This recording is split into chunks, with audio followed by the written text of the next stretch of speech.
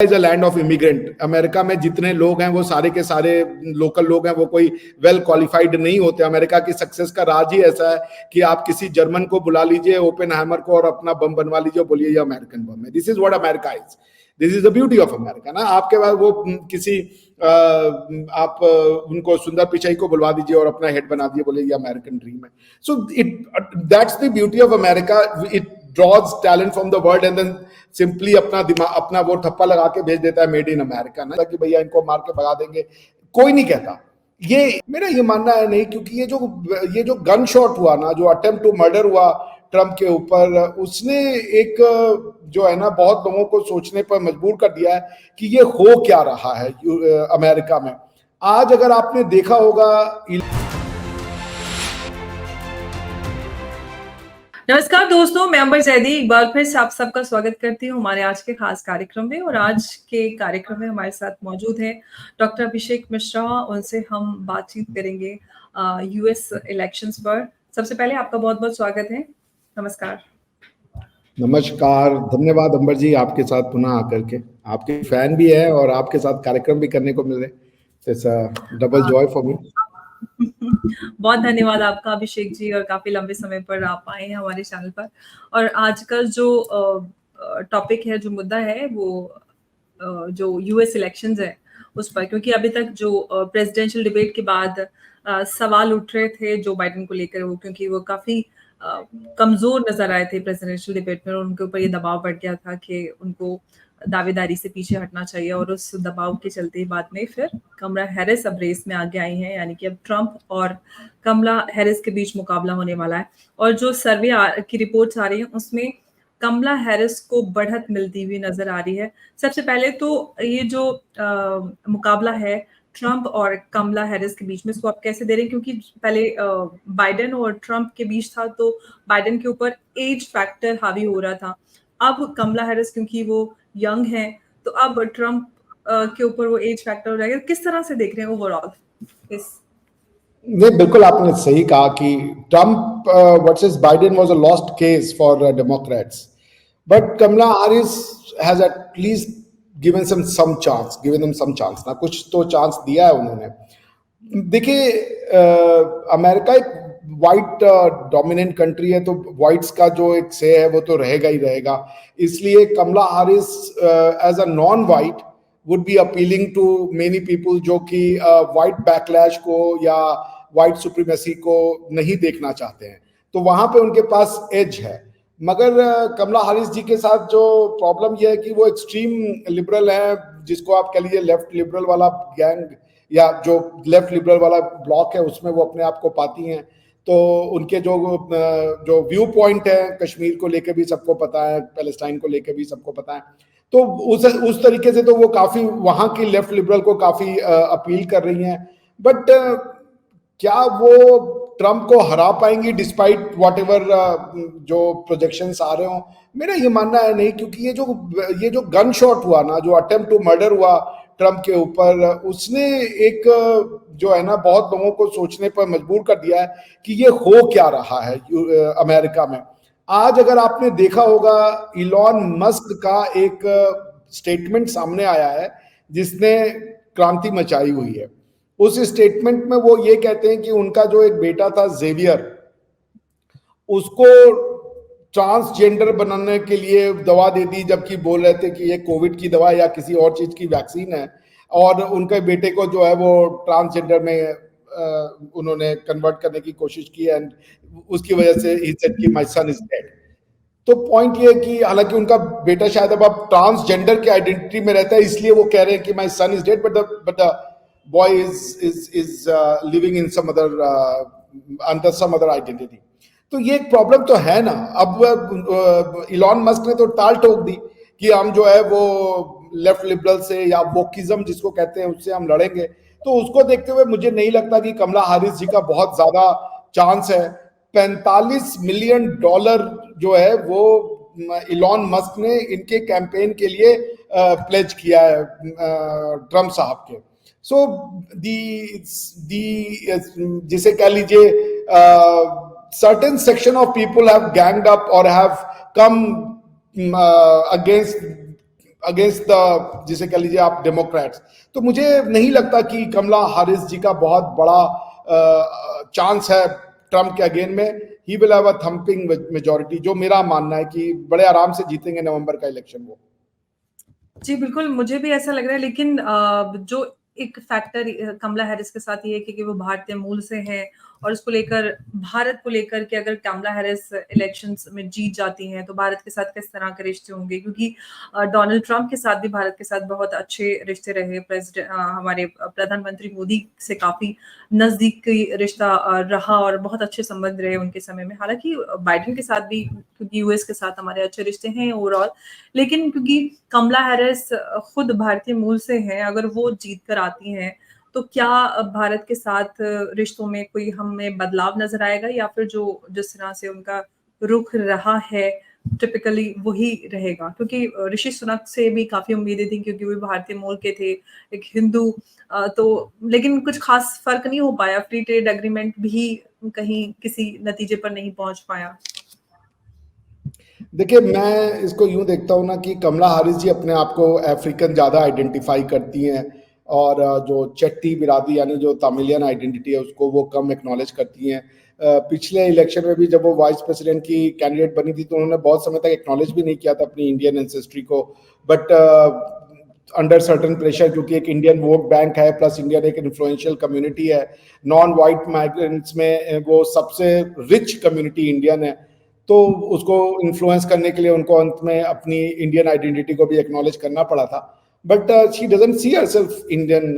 वो दूसरी बात की मुझे लगता है कि कोई अगर इंडियन आ जाता है तो कोई खास फर्क नहीं पड़ेगा, क्योंकि एक इंडियन तो ज्यादा इस बात को इंश्योर करेगा कि मैं प्रो इंडियन ना दिखूं, मैं न्यूट्रल दिखूं, तो उसके लिए ट्रांजैक्शन मुश्किल हो जाएगा। तो आई वांट कि कोई इंडियन आके बैठे अगर डिजर्विंग है, जैसे विवेक रामास्वामी एक अच्छे कैंडिडेट दिख रहे थे इस बार, नहीं तो अगले बार, बिकॉज इज प्रीटी यंग। उसी तरीके से निकी हेली जी हैं, she is also a promising candidate. तो वो आए बने, लेकिन मुझे नहीं लगता कि कमला हैरिस जी के आने से कोई बहुत ज्यादा संबंधों में असर पड़ेगा। हालांकि इंडिया और अमेरिका के संबंधों में एक बाई पार्टीजनशिप है, यानी कि रिपब्लिकन्स और डेमोक्रेट्स दोनों में एक ही है कि इस रिलेशनशिप को तो हमें किसी भी कीमत पे आगे ही बढ़ाना है। There is no looking back. कल ही मैं किसी अमेरिकन थिंक टैंक को सुन रहा था, वो ये कह रहे थे कि अगर चाइना की राइज को कोई रोक सकता है और पीस को देयर बाई इंश्योर कर सकता है तो वो है राइज ऑफ इंडिया। इसलिए rise of India is not the rise of just a country, it's the rise of hope, rise of peace, it's rise of, जिसे समझ लीजिए, एंटी जो हेजमनी है चाइना की उसके अगेंस्ट में। सो मेनी इंटरनेशनल जो एक्सपर्ट्स हैं, स्ट्रेटेजिस्ट हैं, वो ये कह रहे हैं कि India must rise and this will ensure कि एक पीसफुल इंडो पैसिफिक होगा, पीसफुल जो साउथ चाइना सी का बॉर्डर है, और एक फ्री फ्लो ऑफ ट्रेड होगा। दिस इज हाउ आई सी। जी। लेकिन अभिषेक जी, क्योंकि हमने देखा है कि पिछले कुछ सालों में कई सारी ऐसी वॉर्स हैं जो सामने आई, चाहे हम रशिया यूक्रेन वॉर की बात करें, इजराइल हमास कॉन्फ्लिक्ट की बात हो, तो ये ऐसे कॉम्प्लिकेटेड इश्यूज हैं जो कि जिसको लेकर यूएस को भी काफी कुछ झेलना पड़ा है, काफी सवाल खड़े हुए हैं और इसको हैंडल नहीं कर पाया यूएस। तो अगर ट्रम्प या कमला हैरिस, जो कोई भी जीत कर आता है, जो ये वॉर्स हैं, क्या इनको एंड करने के लिए कुछ बीड़ा उठा पाएंगे या खत्म कर पाएंगे उसको? ऑनेस्टली जो पैलेस्टाइन इजराइल वॉर है या पैलेस्टाइन इजराइल हमास वॉर है, no matter how do you see it, दुनिया की कोई शक्ति on the face of earth नहीं है जो इसको खत्म करा सके। बिकॉज ये डिस्प्यूट कोई मिसअंडरस्टैंडिंग की वजह से नहीं है, ये डिस्प्यूट इंटेलेक्चुअल है, ये डिस्प्यूट सोशल है, ये कल्चरल है। तो आपको इसको इंटेलेक्चुअली चैलेंज करना पड़ेगा, इसको सोशली चेंज करना पड़ेगा और कल्चरली फाइट करना पड़ेगा। सो दे आर नॉट फाइटिंग एक वॉर जिसमें कि कोई ट्रीटी में ऑब्लिगेशन चेंज कर दिए जाए तो लोगों का बिहेवियर चेंज हो जाएगा। वो एक दूसरे को दूसरी नजर से देखते हैं, ठीक है ना। देखिए, ऐसा नहीं है कि दुनिया के अलग अलग जमीन के हिस्सों पे किसी का कब्जा नहीं है। आज का जो तुर्की है वो 4 से 5% यूरोपियन जमीन को लेकर के बैठा हुआ है, पर यूरोपियंस तो वहां आतंकवादी घटनाएं नहीं कर रहे हैं, या कोई यूरोपियन ये नहीं कर रहा है कि हम तुर्कों को मार के भगा देंगे, उनकी जिंदगी जीना मुश्किल कर देंगे। उसी तरीके से आप देख लीजिए, हिंदुस्तान की जमीन पे, हिंदू भूमि पे पाकिस्तान बना हुआ है, कोई ये नहीं कहता कि भैया इनको मार के भगा देंगे। कोई नहीं कहता।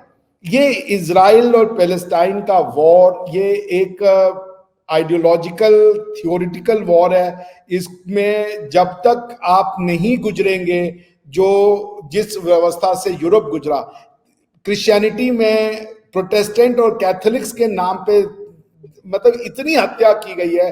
द 30 इयर्स वॉर, अगर हम सिर्फ एक एग्जांपल ले लें, जिसके बाद ट्रीटी ऑफ वेस्टफालिया साइन की गई थी, वो क्या था? That Christians divided in form of Catholics and Protestant एक दूसरे को मार रहे थे। क्यों मार रहे थे वो? तो उसका सोल्यूशन क्या निकाला गया? उसका सोल्यूशन निकाला गया कि भाई आपको सेक्युलरिज्म की ओर जाइए, आप नेशन स्टेट की तरफ जाइए। आप अगर रिलीजन के बेसिस पे या रिलीजन को कॉन्स्टिट्यूशन बनाएंगे, बाइबल को दुनिया का कॉन्स्टिट्यूशन बनाएंगे, तो आप बहुत प्रॉब्लम्स में फंसेंगे। The same thing is there. मुझे नहीं लगता कि कितने Camp David accord, Abraham accord, ये पीस प्रोसेस, वो पीस प्रोसेस, कितने तो हो चुके हैं, कुछ हुआ नहीं हुआ। जब भी मौका मिलेगा कोई हमास उठेगा, वो जाकर के 1000-1200 जूस को मार देगा, क्योंकि उसको लगता है कि इनको मारने से हमने एक अच्छा काम किया है। प्लस मेरे जितने फ्रेंड्स थे पढ़े लिखे एम्बर जी, जिन्होंने पीएचडी किया इकोनॉमिक्स में, वो भी यूके और इटालियन यूनिवर्सिटी से, वो सारे के सारे खुश थे। उन्होंने कहा बहुत अच्छा किया हमने इनको मारा। तो मैं डॉक्टरेट लेवल की बात कर रहा हूं लोगों की, जिन्होंने सारी उम्र यूरोप में अपनी शिक्षा पाई है। ये उनके अप्रोच थे। They were very happy and ecstatic about it. तो मुझे नहीं लगता कि ये कोई अमेरिका में कौन हेड ऑफ स्टेट बन रहा है और कौन हेड ऑफ स्टेट नहीं बन रहा है, इससे कोई इजराइल हमास के पीस में या उसमें कोई बेहतरी होगी, नहीं होने वाली है। फॉर एग्जाम्पल, जब भी बात होता है कि गाजा को इजराइल ने ब्लॉक कर दिया है, उसको आगे नहीं जाने देता, भाई वो तो ना तो जॉर्डन ही पैलेस्टीनियंस को अपने अंदर ले रहा है, ना तो इजिप्शियंस भी ले रहे हैं। अगर एक जगह से रास्ता बंद है तो बाकी 2 रास्ते खुले हैं, आप वहां भी तो जा सकते हो ना। सो मुझे नहीं लगता कि, टू बी ऑनेस्ट, इसका कोई सोल्यूशन है। इसका सोल्यूशन है सेक्युलरिज्म। इसका एक ही आंसर है, डिसोसिएट पॉलिटिक्स फ्रॉम रिलीजन। और ये जो रिलीजन है वो तो इतना गफलत का शिकार है, अब्राहमिक फेथ ना, इतनी कंफ्यूजन है जिसको कि आप समझ नहीं सकती। वो बैठ करके जब तक कोई उनको नहीं समझाएगा वो समझ नहीं पाएंगे। जैसे क्रिश्चियनिटी है, आप एक क्वेश्चन लोगों से पूछिए ना, यहूदियों ने मोनोथीज्म का कॉन्सेप्ट दिया, पर यहूदियों ने लोगों को यहूदी क्यों नहीं बनाया? भाई यहूदी, it was the juice who gave the world the concept of monotheism, but why didn't juice were after converting people?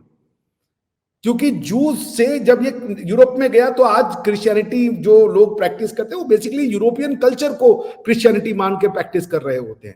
जहां पे इटालियन गए वो इटालियन कल्चर को, इटालियन भाषा को क्रिश्चियनिटी समझते हैं। जहां पे इंग्लिश गए वो इंग्लिश भाषा को क्रिश्चियनिटी समझते हैं। सो ओवरऑल एक यूरोपियन कल्चर को आप रिलीजन समझ के प्ले कर रहे होते हो, उसमें डिविनिटी नाम की कोई चीज होती नहीं है। बिकॉज जो डिविनिटी है वो बेसिकली तो जुडाइज्म की है। और वो भी देखिए, वो कहते हैं judo tradition, judo Christian tradition, वो उनको अपना पार्ट ही नहीं मानते, जबकि जीसस का। So anyway, the bottom line I am simply trying to say, Ambar जी, की ये जो प्रॉब्लम है इसका सोल्यूशन सिर्फ और सिर्फ एकेडमिक है, इंटेलेक्चुअल है और थियोरिटिकल है। लोग मरते रहेंगे, इसको कोई अमेरिका में प्रेसिडेंट कौन बन रहा है कौन नहीं, इससे कुछ फर्क नहीं पड़ेगा। यूएस में एक सबसे बड़ा जो चैलेंज बाइडेन की लीडरशिप में देखने के लिए मिल रहा है, क्योंकि बहुत सारे लोग जो यूएस में रहते हैं उनसे मेरी बात होती है, सबका कहना है कि यहाँ पर नौकरियां नहीं है, इमिग्रेंट्स की बहुत ज़्यादा प्रॉब्लम है, बहुत सारे लोग यहाँ पर आ गए हैं, काम नहीं है, लोग छोटे छोटे काम करने पे मजबूर हैं, इनफैक्ट छोटे काम भी नहीं मिल रहे हैं। तो क्या उसमें हम कुछ बदलाव देखेंगे ट्रम्प की लीडरशिप में? यस, बिल्कुल। ट्रम्प एक प्रोटेक्शनिस्ट है। मैं नेशनलिस्ट वर्ड से थोड़ा परहेज करता हूँ। तो वो एक प्रोटेक्शनिस्ट हैं। वो चाहते हैं कि जो अमेरिकन बिजनेस है वो अमेरिका में आए। उन्होंने बार बार कहा है कि अगर बिजनेसेस बाहर जाते हैं तो हम उसको टैक्स करेंगे, हेवी टैक्स करेंगे। तो वो जो बैक ऑफिसेस का कॉन्सेप्ट है उसको वो बंद करेंगे, मगर उसकी उनको प्राइस पे करनी पड़ेगी, बिकॉज कि उससे एम्प्लॉयमेंट थोड़ी बढ़ जाए, लेकिन जो कॉस्ट ऑफ लिविंग है वो बहुत ज्यादा इन्फ्लेट करेगी, बिकॉज कि जिस प्राइस पे वो बनवाएंगे अपने यहाँ पे और जिस प्राइस पे वो यहाँ से लेते हैं उसमें बहुत जमीन आसमान का अंतर हो जाएगा। और चूंकि वो ये वादा कर रहे हैं, jobs are a big thing, because कि इकोनॉमिक जो ग्रोथ है वो रुकी हुई है, जॉब क्रिएशन नहीं हो रहे हैं, तो उसके लिए ये एक ऑप्शन चुना जा रहा है कि भाई अगर वापस से फैक्ट्रीज हम यहाँ ले आए तो इसका बहुत फर्क पड़ेगा। मगर America is a land of immigrant. America में जितने लोग हैं वो सारे के सारे लोकल लोग हैं, वो कोई वेल क्वालिफाइड नहीं होते। अमेरिका की सक्सेस का राज ही ऐसा है कि आप किसी जर्मन को बुला लीजिए, ओपेनहाइमर को, और अपना बम बनवा लीजिए, बोलिए ये अमेरिकन बम है। This is what America is, this is the beauty of America ना। आपके पास वो किसी आप उनको सुंदर पिचाई को बुलवा दीजिए और अपना हेड बना दिए, बोले ये अमेरिकन ड्रीम है। So that's the beauty of America, it draws talent from the world and then simply अपना दिमाग, अपना वो ठप्पा लगा के भेज देता है मेड इन अमेरिका ना। जैसे हम लोग चाइना से सामान लेकर के मेड इन चाइना करके या असेंबल्ड इन चाइना भेजते हैं, वही हिसाब किताब है। So and this is a good idea America. और यही बात हम शुरू से कहते रहे तो हमें लोग पता नहीं क्या क्या कहने लगे, करे नहीं भेज। तो मेरा ये मानना है कि प्रोटेक्शनिज्म बढ़ेगी, ट्रेड का जो इम्बैलेंस है वर्ल्ड में वो भी बढ़ेगा, but at the same time जो इंडिया की ग्रोथ उन्होंने प्रॉमिस की है अपने लोगों को, वो भी उनको इंश्योर करनी पड़ेगी। India will be the beneficiary, क्योंकि जो चाइना से जो बिजनेसेस, इंटरनेशनल बिजनेसेस शिफ्ट होंगे, जो कैटर कर रहे हैं इस रीजन को या आसपास के रीजन को, वो सारे के सारे इंडिया आएंगे या वियतनाम जाने के चांसेस है, क्योंकि रीअलाइनमेंट ऑफ दी जो वर्ल्ड ऑर्डर है, चाहे वो ट्रेड ऑर्डर हो, चाहे वो लॉजिस्टिक का ऑर्डर हो, उसमें India will have a big chunk. तो हमें कोई चिंता करने की बात नहीं है ऐसी, क्योंकि हम बहुत ज्यादा अमेरिकन बिजनेस लेते भी नहीं है। अब जो अमेरिकन बिजनेस मोस्टली आता है वो अगर मैन्युफैक्चरिंग का देख लें तो वो चाइना जाता है। और रही बात जो आईटी सेक्टर है, तो उसमें अमेरिका के पास कोई ऑप्शन नहीं है, वहां वो जॉब क्रिएट नहीं कर सकते, क्योंकि it's a skill based job. तो आप भले प्लम्बर और ये मैकेनिक्स का तो जॉब क्रिएट कर सकते हैं, बट आप अपनी पॉपुलेशन को ओवरनाइट आईटी में स्किल तो नहीं कर सकते। वो तो आपको इमिग्रेशन के थ्रू बुलवाना ही पड़ेगा या आपको अपना कॉन्ट्रैक्ट बाहर देना पड़ेगा। So India is that way pretty safe. बहुत ज्यादा प्रोटेक्शनिज्म का हमारे ऊपर फर्क नहीं पड़ेगा, क्योंकि हमारे पास बहुत ज्यादा अमेरिकन बिजनेस है भी नहीं। जी, एक बात और अभिषेक जी, क्योंकि डोनाल्ड ट्रंप और कमला हैरिस की हमने बात की है और यूएस में बहुत सारे भारतीय हैं, और अगर बात की जाए कि भारतीयों की पहली पसंद कौन है, हालांकि कमला हैरिस का भारतीय मूल से है, बट फिर भी आपको क्या लगता है कि भारतीयों का झुकाव किसकी तरफ ज्यादा नजर आ रहा है? ट्रेडिशनली जो मेरे फ्रेंड्स रहे हैं, क्योंकि डेमोक्रेट्स प्रो इमिग्रेंट रहे हैं हमेशा, उनका ये परसेप्शन है, तो वो एंटी वाइट रहे हैं या वाइट नेशनलिज्म से वो फाइट करते रहे हैं। और अनफॉर्चुनेटली वहां भी वाइट नेशनलिज्म एक वोकिज्म का शिकार हो गया, कि जो वाइट बेचारे नेशनलिस्ट नहीं भी हैं या वो एंटी रेसिस्ट भी नहीं है, वो सबको ही रेसिस्ट बना देते जस्ट बिकॉज वो अगर अपनी बात कहना चाहते हैं, तो वो भी उस बात का शिकार हुए। तो इंडियंस ट्रेडिशनली डेमोक्रेट्स के ही रहे हैं, पर अब धीरे धीरे एक जिन इंडियंस का इंटरेस्ट पिविट हो गया है वहां पे, जो थर्ड जनरेशन फोर्थ जनरेशन है, वो देखिए मोस्टली रिपब्लिकन्स में आए हैं। निकी हेली रिपब्लिकन की हैं, उसके बाद आपका ये जो विवेक रामास्वामी है वो रिपब्लिकन के हैं। तो एक ग्रोइंग रुझान है इंडियंस का रिपब्लिकन में, मगर ये वो हैं जो ऑलरेडी इमिग्रेट भी इंडियन है। जी, JD Vance, yes correct, JD Vance की वाइफ भी इंडियन है। So Indians are running the world, और वो चलाते ही रहेंगे अब आने वाले समय में। बिकॉज देखिए, हम लोगों की खास बात ये है ना अंबर जी, हम हो गए, आप हो गए, हम लोग की खास बात क्या है कि हम दुनिया में सबके साथ घुल मिल जाते हैं। हमारे अंदर सेंस ऑफ परायापन नहीं है। ये हजारों साल से ये जो हमें शिक्षा दी गई ना, एकम सत्व वाली या ये वसुधैव कुटुंबकम वाली, अहम निजः परोवेति गणना लघु चेत साम उदार चरिता नाम तू वसुधैव कुटुंबकम, इसने एक माइंडसेट बनाया। हम किसी को पराया मानते ही नहीं। हम अमेरिका में जाएंगे, हम अमेरिकन से ज्यादा अमेरिकन हो जाएंगे, कि हम अमेरिकन की तरह सोचने लगेंगे, उनके इंटरेस्ट की तरह। एक इंडियन कभी जर्मनी में जाके ये नहीं सोचता है कि यार इसको कैसे इंडिया बना दें, कैसे यहाँ का कल्चर चेंज कर दें, या कैसे यहाँ के लोगों की हम मान्यताओं को चेंज कर दें ना। वो जब जाता है ना, तो वो रियली एसिमिलेट होता है और वो वहां के कल्चर को प्रिजर्व करता है, इंजॉय करता है, बल्कि अडॉप्ट करता है। ठीक है ना। जैसे नाइजल फराज यूके के, जो जिनकी वजह से ब्रेग्जिट हुआ, ब्रेग्जिट के अगर दो कल्प्रिट माने जाते हैं तो एक है नाइजल फराज, दूसरा है बोरिस जॉनसन साहब। नाइजल फराज साहब का एक स्टेटमेंट है जो अभी it's doing round on YouTube, जिसमें नाइजल फराज साहब कह रहे हैं कि अगर ब्रिटेन में कोई इंडियन हिंदू फैमिली है तो 3 चीज आपको अश्योर्ड मिलेगी। नंबर 1 कि इंतहा के पीसफुल लोग होंगे, नंबर 2 कि शादियां नहीं टूटेंगी, लॉन्ग लास्टिंग मैरिजेस होंगे, और नंबर 3 की एजुकेशन उनका प्राइमरी इंटरेस्ट होगा। आप समझ रही हैं, ये this is what Indians have earn. तो इंडियन डू नॉट गो कि हम इसका लैंडस्केप बदल देंगे, हम इसको इंडियनाइज कर देंगे, अब सिर्फ मंदिर बजेगा, अब यहाँ से लोकल भाषा गायब, लोकल कल्चर नो। मैं जब जर्मनी जाता था तो मुझे भी, अगर कुछ लोग जैसे आके जर्मनी को भी चेंज करने की बात करते थे, जो इमिग्रेंट्स आ रहे थे, हम लोग को भी गुस्सा आता था कि why let it be German, Germany is for Germans, France is for French, the way we say कि इंडिया इज फॉर इंडियंस, ठीक है ना। तो वो चीज जो है ना, इंडियंस को एक्सेप्टेबल बनाती है। इंडियंस कहीं भी जाता है वो थ्रेट नहीं होता, वो उनकी भाषा को सीखता है, उनके कल्चर को सीखता है, उसको वो किसी भी तरीके के उससे नहीं, डेरोगेटरी निगाहों से नहीं देखता, वो उसका सम्मान करता है, चाहे वो अरेबिया में जाए, चाहे वो यूरोप में जाए, चाहे वो अमेरिका में जाए। This is what makes Indians acceptable and lovable, adorable across the world. You don't feel threatened with Indians, ठीक है ना। 100 में 100 लोगों को खुश नहीं किया जा सकता। आपको 100 में 20 लोग बोलेंगे ये इंडियन है, ये है, हमारा जॉब चुरा रहा है, वो ऐसे 20 मूर्ख लोग हर समाज में होते हैं। मगर एक लार्ज परसेंटेज ऑफ सोसाइटी जो है वो इंडियंस के आने से थ्रेटेंड नहीं होती, अपने कल्चर को लेके।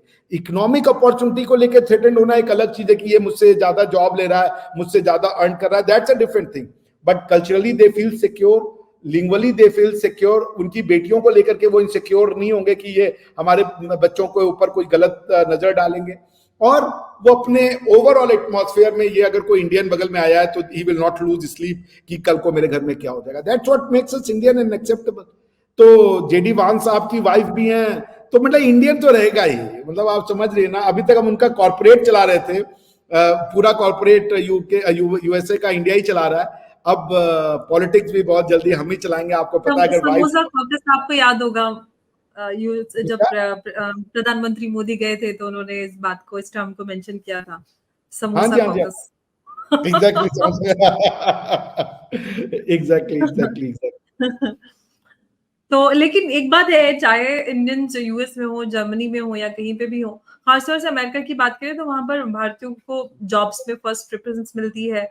वहां पर भरोसा भारतीयों पे किया जाता है। अदर देन अदर नेशन से आए हुए लोग, उनको इतना भरोसा नहीं मिलता है जितना इंडियंस को मिलता है। तो ये वो चीज है, वो सम्मान भरोसा है जो भारतीयों ने कमाया है इतने सालों से। और उम्मीद करते हैं कि ये भरोसा ऐसे ही बना रहे और भारतीय इसी तरह से तरक्की करते रहें, चाहे अमेरिका हो, लंदन हो या फिर जर्मनी हो। लेकिन आने वाली यूएस इलेक्शंस में क्या होगा ये आने वाला वक्त बताएगा, और हम इस पे बात करते रहेंगे। अभिषेक जी, आपका बहुत बहुत शुक्रिया हमारे साथ इस चर्चा में जुड़ने के लिए। नमस्कार, जय हिंद, जय भारत। जय Bharat. Thank you for inviting me. Thank you.